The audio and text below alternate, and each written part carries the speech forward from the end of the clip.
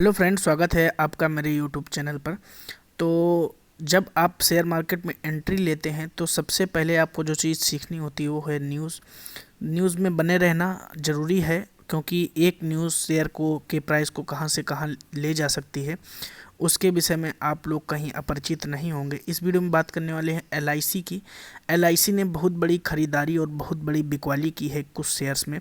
कुछ शेयर्स तो इन्होंने बिल्कुल ही बेच डाले हैं और कुछ शेयर्स में इन्होंने प्रॉफिट बुकिंग की है।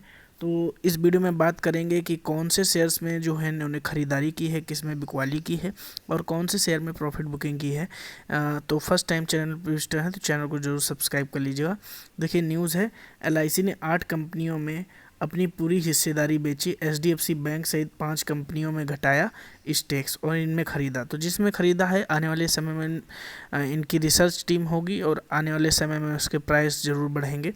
तो आप उस तक बने रहिए। देखिए, वित्त वर्ष 2020-21 की अंतिम तिमाही में देश की सबसे बड़ी insurance company life insurance corporation of India ने कई कंपनियों में अपनी हिस्सेदारी घटाई है, जिनमें एचडीएफसी बैंक की जैसी कंपनियां भी शामिल है।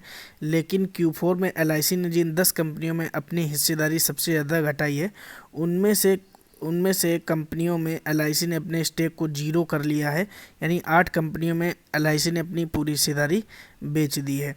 मार्च तिमाही की बात की जाए तो ज़बरदस्त तेज़ी दिखी थी और सेंसेक्स के साथ निफ्टी अपने ऑल टाइम हाई पर पहुंच गए थे। इस दौरान 5% से अधिक उछाल आई। इस तेज़ी को देखते हुए एलआईसी ने जमकर प्रॉफिट बुकिंग की और स्टॉक मार्केट में लिस्टेड कुल कंपनियों में अपनी हिस्सेदारी को घटाकर 3.66% कर दिया, जो अभी तक का सबसे लो लेवल है। यानी कि प्रॉफिट बुकिंग का मतलब ऑब्वियस सी बात है, अगर बुक करेंगे तो शेयर बेचेंगे तो शेयर का परसेंटेज जो मार्केट में रह गया इनका 3.66%।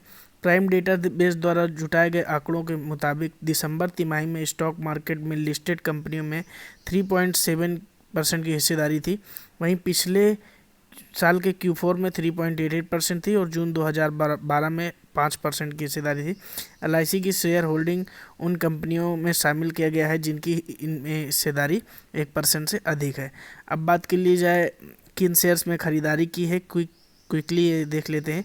देखिए, ये एलआईसी का जो है इन कंपनियों में बेची पूरी हिस्सेदारी। तो उनकी बात करते हैं, वो कंपनियां कौन कौन सी हैं। कंपनियां है सेंट्रल बैंक ऑफ इंडिया, ये पीएसयू का स्टॉक है, बैंकिंग का स्टॉक है। इसके अलावा 4.20% की हिस्सेदारी बेची है। एलआईसी ने हिंदुस्तान मोटर्स में अपने 3.56% share, union bank of India इसमें अपने 3.22% शेयर इन्होंने बेचे हैं। इतनी बड़ी बिकवाली है मार्च से लेकर के अब तक की। अब ये न्यूज़ आई है, न्यूज़ आने के बाद देखते हैं मार्केट किस तरीके से रिएक्ट करता है मंडे को। इसके बाद ज्योति स्ट्रक्चर्स में 1.94%, मोरेपन लेबोरेटरीज में इन्होंने 1.69%, आरबीएससी वेंचर्स में 1.66% और इंसेक्टिडिक्स इंडिया इसमें 1.50%, डालमिया भारतीय शुगर में अपनी 1.50%। इन कंपनियों में कोई हिस्सेदारी अब नहीं है। अब देखिए घटाई किस में है इन्होंने, उसके बाद चलेंगे बड़ा एचडीएफसी बैंक में इन्होंने अपने स्टेक घटाया है। एलआईसी ने एचडीएफसी बैंक के 2095 करोड़ के शेयर्स बेचे। अब देखिए, एचडीएफसी बैंक के डाउन होने का एक रीज़न ये भी मैंने पहले भी बोला था कि डीआईआईज और एफआईआईज लगातार जब बेच रहे थे मार्च से अब तक, तो उसका असर तो शेयर के प्राइस पर पड़ना ही था। लेकिन अभी फ़िलहाल ख़रीदारी चालू है कई एफआईआईज की एचडीएफसी बैंक में। इसके अलावा मारुति सुजुकी में 1181 करोड़ के share, union bank of India में 651 करोड़ रुपए के शेयर बेचे।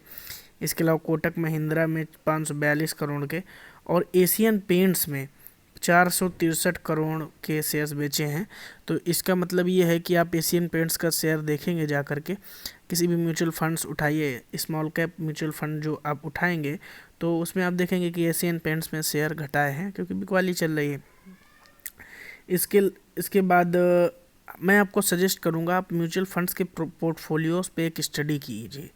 उससे आपको बहुत नॉलेज होगा कि कौन सा शेयर मार्केट में ट्रेंड में है, क्या है। क्योंकि म्यूचुअल फंड्स में जो पैसा लगाया जाता है किसी भी शेयर में, वो काफ़ी रिसर्च के बाद ही लगाया जाता है।